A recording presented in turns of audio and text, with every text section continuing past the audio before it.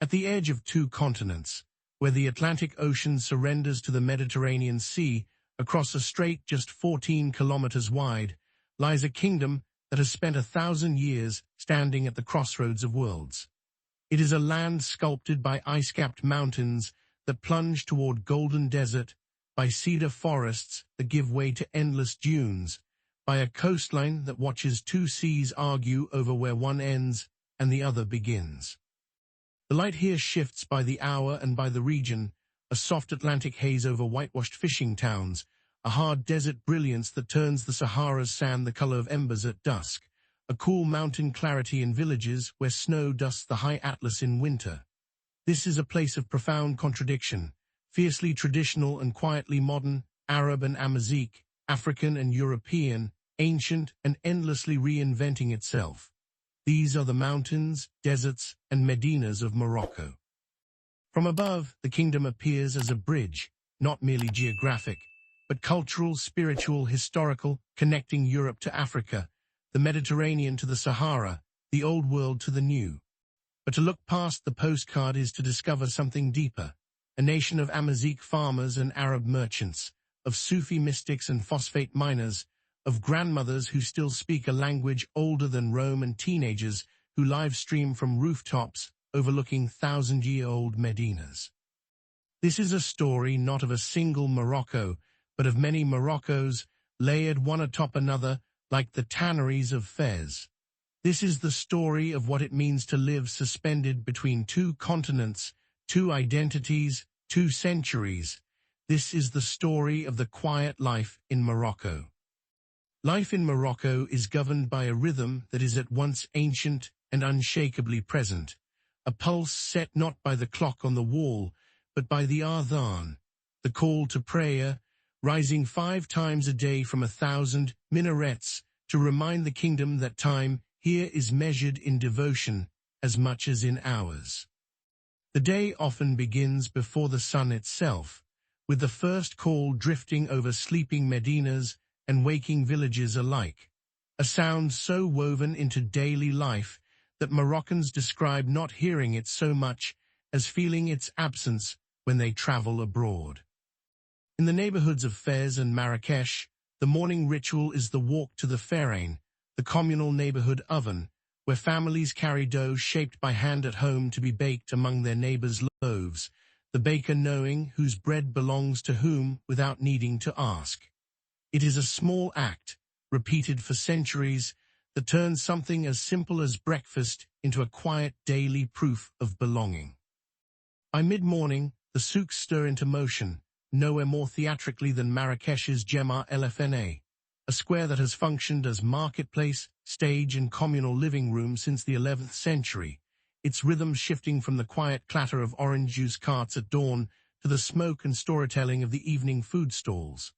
In the countryside, the rhythm bends instead to the land and the flock, to sowing seasons and grazing hours, to a pace dictated by the mountain rather than the market.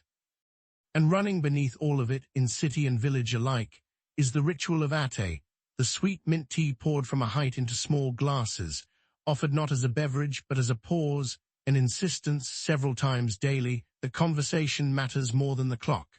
Life moves at a human pace here, unhurried by the frantic urgency of the modern world, anchored instead in prayer, in bread, in tea poured for a stranger who is, for the length of a glass, no longer a stranger at all. The family is the bedrock of Morocco's society, an institution so central that the Arabic and Tamazight languages both carry entire vocabularies of respect for it.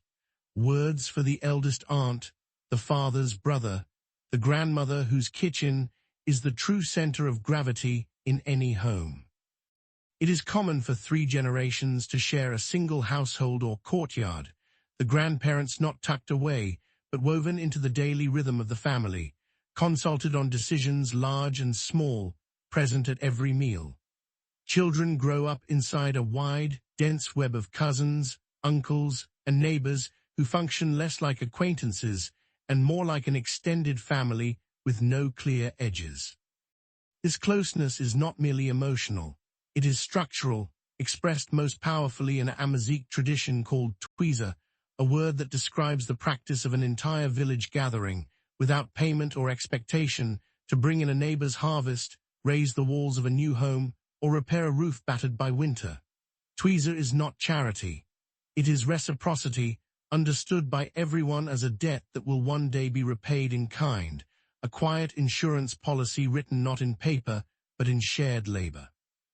This same spirit shapes hospitality, which in Morocco carries the weight of near-sacred obligation. A guest, even a stranger, is offered the first and best of what a household has, tea poured before questions are asked, bread broken before names are exchanged. Weddings distill this communal ethos into ritual, the henna ceremony, in which the bride's hands and feet are painted in intricate patterns by the women of her family, is as much a gathering of collective blessing as it is decoration, a night when mothers, aunts, and neighbors sing the bride into her new life. In villages across the Atlas and the Rif, elders are not set aside as the community ages past its usefulness. They are its living archive, the keepers of stories, remedies, and songs that exist nowhere written down. To grow old in rural Morocco is not to become invisible, it is to become essential. Tradition in Morocco is not a relic of the past preserved under glass. It is a living, breathing, integral part of the present, carried forward not in museums, but in hands still stained with dye, ink, and henna. Nowhere is this more visible than in Fez, where the Medina's ancient tanneries still cure leather in stone vats, using methods essentially unchanged since the Middle Ages, and where the University of Al-Qarawiyyin, founded in 859 by a woman named Fatima al-Fihri, continues to operate as the oldest degree-granting university on Earth, its Zellige-tiled courtyards still echoing with recitation. Zellige itself, the intricate geometric mosaic of hand-cut, hand-glazed tile that covers fountains, mosques, and riad courtyards across the country, is not decoration in the Western sense, but a form of devotion, artisans spending years mastering the mathematics of pattern before ever laying a single piece. This craftsmanship exists alongside an older, quieter tradition, the Amazigh identity that predates the Arab conquest by millennia, expressed through Tifinagh, an ancient script now taught in Moroccan schools since its constitutional recognition in 2011, its angular characters appearing on road signs beside Arabic and French.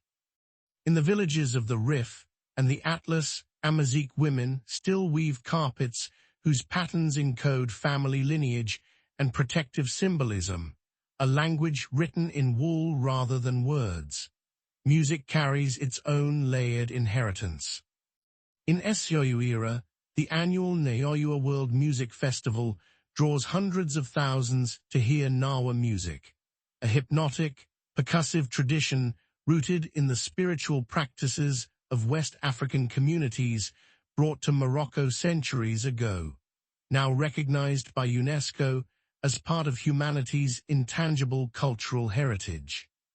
Across the countryside, musems, seasonal gatherings honoring local saints, blend Sufi devotion with market commerce and communal celebration, drawing entire regions together for days of song, trade, and prayer.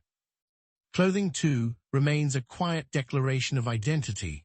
The djellaba, a loose hooded robe worn by men and women alike, and the kaftan, embroidered and worn at weddings and celebrations, are not costumes reserved for tourists, but daily and ceremonial wear, chosen deliberately even by young Moroccans fluent in global fashion.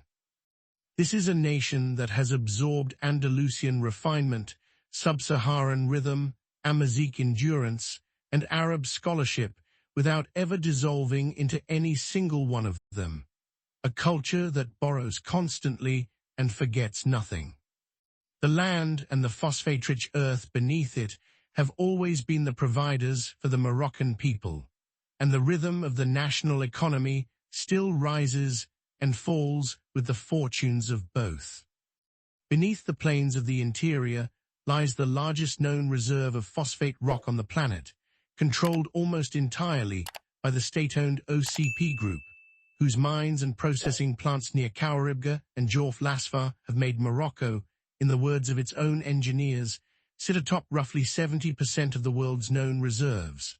A quiet, subterranean form of wealth that fuels the fertilizer feeding a meaningful share of the planet's farmland. But the economy is no longer a one-note story of extraction. Along the Atlantic corridor near Tangier and Kenitra, vast automotive plants operated by Renault and Stellantis now assemble more than 1 million vehicles a year, making Morocco Africa's leading car manufacturer, its wiring harnesses and engine components exported to garages across Europe. In the south, in the arid South Valley around Agadir, an older and more intimate economy persists in the argan forests, where for centuries Amazigh women have cracked argan nuts by hand between 2 stones to extract the golden oil their grandmothers called liquid gold. Since the 1990s, this ancestral labor has been organized into women's cooperatives, structures that allow the women who do the cracking, roasting, and pressing to keep the profit that once slipped past them entirely, funding their children's schooling and their own quiet independence. Along the coast, from Essaouira's blue fishing boats to the sardine fleets of Agadir, Morocco remains the world's largest exporter of sardines, the daily catch still hauled in by hand and auctioned at dawn. And woven through all of it is a fourth, invisible economy, the money sent home by more than 5 million Moroccans living abroad, mostly in France, Spain, and Belgium, remittances that arrive in village bank accounts and build the second stories of family homes long before any factory paycheck does. Morocco's food is a direct and honest reflection of its landscape, its history, and the particular temperament of whichever city or valley it comes from. Bold and sun-sharpened in the south, precise and ceremonial in the north, simple and salt-scented along the coast. In Marrakesh, the signature dish is not the tagine most outsiders expect, but tangier, a bachelor's stew of lamb, garlic, preserved lemon, and saffron sealed inside a tall clay urn and carried, still uncooked, to the neighborhood hammam, where it spends 6 slow hours buried in the embers that heat the bathhouse, a dish literally cooked by the city's plumbing, in a ritual that turns an errand into a small act of communal trust.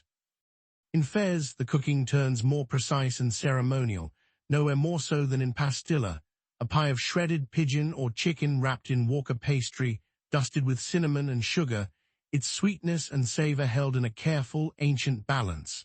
Friday belongs to couscous, the steamed semolina served with 7 vegetables, and meat in a ritual so consistent it functions as a national clock, a meal that arrives, without fail, at the end of the week's prayers. Bread cobs is never sold sliced or counted. It is passed hand to hand, torn rather than cut, an unspoken reminder that a meal shared is worth more than a meal measured. Along the Atlantic in Essaouira, the fare turns simpler and closer to the source, grilled sardines, still tasting faintly of the tide they were pulled from an hour earlier. And running beneath every meal, every negotiation, every reunion is ate, the mint tea poured from a height into small glasses, sweetened without apology and offered before a single word of business is spoken, a ritual so central to hospitality that to refuse a glass is in effect to refuse the household itself.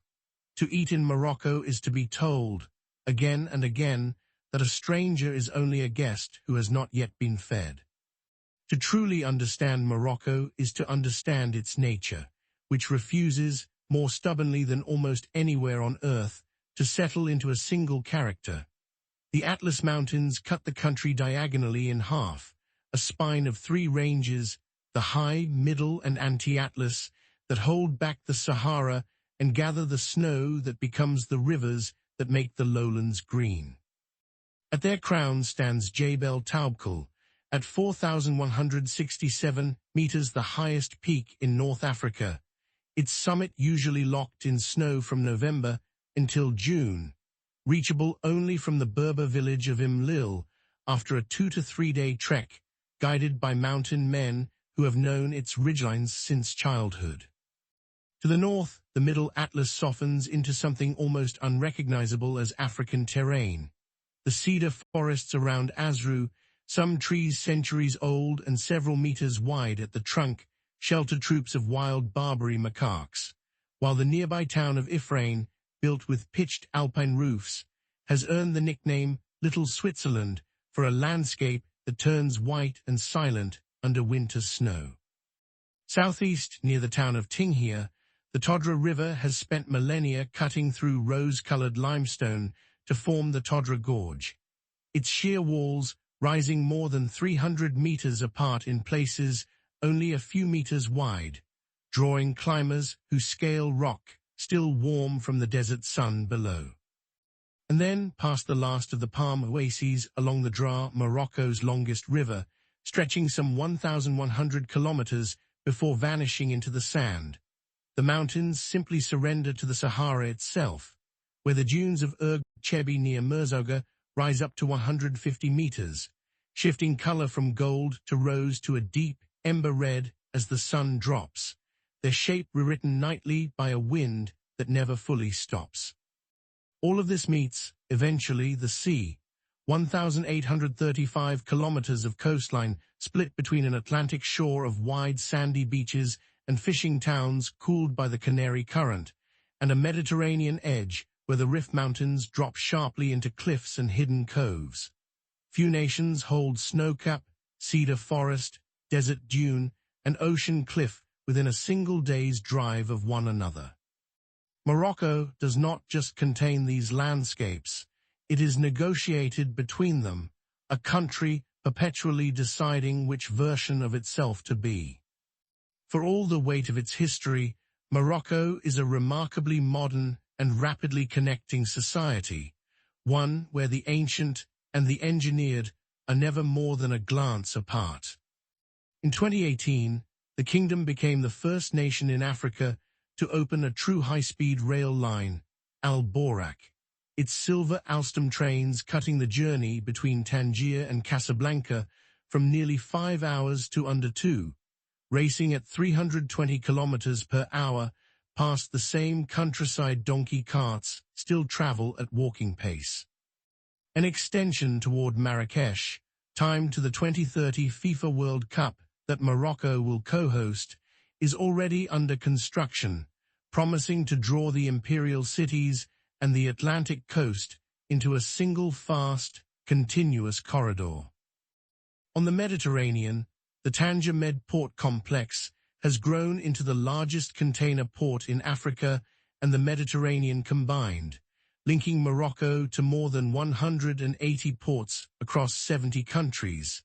A quiet, unglamorous engine of a nation's ambition, felt by nearly no tourist and depended upon by nearly every household. In the cities, this modernity coexists with the old without erasing it. A riad, the traditional courtyard house built inward around a fountain and orange trees, might now function as a boutique guest house with high-speed internet and a rooftop cafe, its centuries-old Zellige tilework framing guests scrolling through the same feeds as anyone in Paris or Lisbon. It is entirely possible to sip coffee under a 900-year-old minaret while checking a smartphone connected to a fiber-optic network laid only years ago, to travel from a mountain village without paved roads to a glass-fronted tech office in Casablanca in a single day's drive. This is the defining paradox of contemporary Morocco, a kingdom building bullet trains and container ports at breathtaking speed, while never once agreeing to leave its past behind. For the young people of Morocco, growing up here offers a unique and complex blend of expanding opportunity and persistent uncertainty. Education has transformed in a single generation. More than half of Moroccans aged 18 to 35 now hold post-secondary qualifications, a figure that dwarfs the share among their parents and grandparents, and universities like Mohammed V in Rabat and Al-Karawi in Fez continue to produce engineers, doctors, and scholars who compete confidently on a global stage. Yet the promise of that education does not always translate into work. Youth unemployment has climbed past 37% among Moroccans in their late teens and early 20s, a gap between the diploma and the job that has become one of the defining anxieties of an entire generation. For many, the natural response is to look outward. Roughly 50,000 Moroccan students now study abroad, chasing degrees and often the beginning of a new life in France, Spain, or Belgium, and recent surveys suggest more than 1 in 4 young Moroccans have seriously considered leaving the country altogether, a number that has climbed steadily over the past decade. This modern exodus echoes, in its way, an older Moroccan instinct, the historic pull of the diaspora, of a family member who left for Marseille or Brussels decades ago and never fully stopped sending money home. But the departure is not always permanent, nor is it without ambivalence. A meaningful number return after their studies or their first foreign job, drawn back by family, by the particular gravity of a home village, by a startup scene now taking root in Casablanca and Rabat that did not exist 10 years earlier. They return carrying new languages, new skills, and a hard-won clarity about what they are choosing to build at home, rather than simply what they are staying to inherit. The rhythm of day and night in Morocco is a study in stark and beautiful contrasts, a shift measured less by clock than by call to prayer and by light. The daytime belongs to motion, souks thick with bargaining, tanneries steaming under the sun, farmers moving flocks across mountain terraces before the heat climbs too high. But as the Maghrib call rises from the minarets and the sky begins to soften, something in the country visibly exhales. In Marrakesh, Jemma LFNA undergoes its nightly transformation, the orange juice carts of morning giving way to hundreds of smoking food stalls, storytellers gathering circles of listeners the way they have for centuries, musicians and snake charmers filling a square that has functioned, without pause, as the city's communal living room since the 11th century. In the Medinas, families retreat behind riad doors into courtyards built inward around a fountain and citrus trees, architecture designed, quite literally, to turn away from the noise of the street and toward the quiet of home. In the mountains, evening means the second glass of mint tea poured on a terrace as the Atlas peaks fade from gold to shadow, the day's grazing finished, the family gathered before the cold sets in. In the Sahara, the transformation is most dramatic of all. The dunes of Erg Chebbi shift from brilliant daylight gold to deep amber to violet-tinged grey as the sun drops, and after it disappears, a silence settles so complete that a whispered conversation can carry for what feels like miles under sky crowded with stars no city light will ever reach. Thursday evenings carry their own ritual, the hammam, scrubbed clean and unhurried, in preparation for Friday prayer. Night in Morocco is not an ending. It is simply the day's quieter half, turned inward, toward tea, toward family, toward whatever the dark makes room for. Life in this ancient and beautiful kingdom is not without its significant challenges.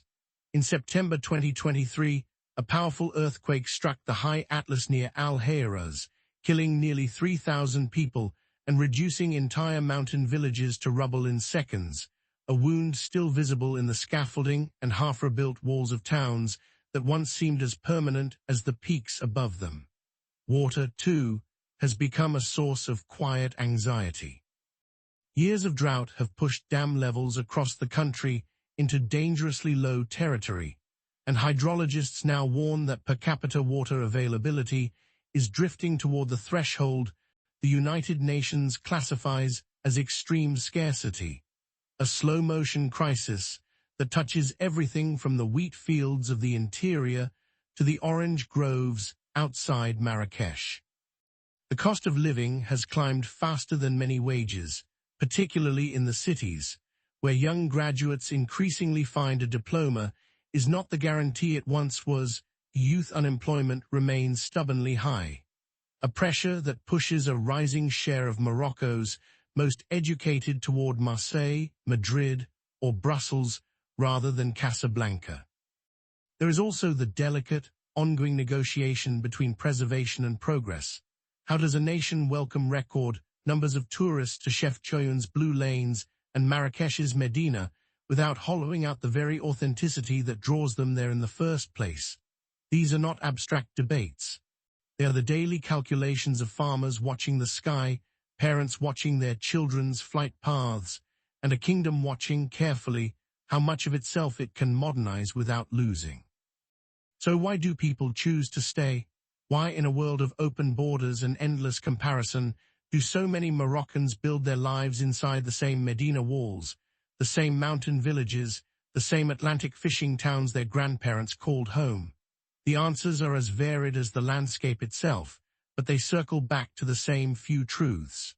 They stay for the twiza, for the certainty that when the roof needs mending or the harvest needs bringing in, the whole village will simply appear. They stay for the glass of ate poured before a single word of business is spoken, for a hospitality so instinctive it asks nothing in return. They stay for the call to prayer that structures the day into something larger than a schedule, a rhythm inherited rather than chosen. They stay for the family table, where 3 generations still eat from the same dish, and for the organ-cracking mothers of the South who turned an ancestral labor into their own quiet independence. They stay for the mountains that hold the snow, the desert that holds the silence, and the sea that holds the sardine boats at dawn. And above all, they stay for the unbroken thread between who they are and who their grandparents were, a thread that survives dynasties, protectorates, earthquakes, and drought, and simply refuses to snap. It is the feeling of having roots that run as deep as the cedar forests of the Middle Atlas themselves. Morocco exists in a delicate, constantly negotiated balance between Arab and Amazigh, between mountain and desert, between a Medina that has not changed in 1,000 years and a bullet train racing toward a future it has already decided to meet on its own terms. It is a kingdom shaped by 2 oceans, 2 peoples, and a stubborn, generous warmth that outlasts every ruler who has passed through it. It is a living testament to the idea that a place can stand at the crossroads of continents and still, against every outside pressure to dissolve into one or the other, remain unmistakably, entirely itself.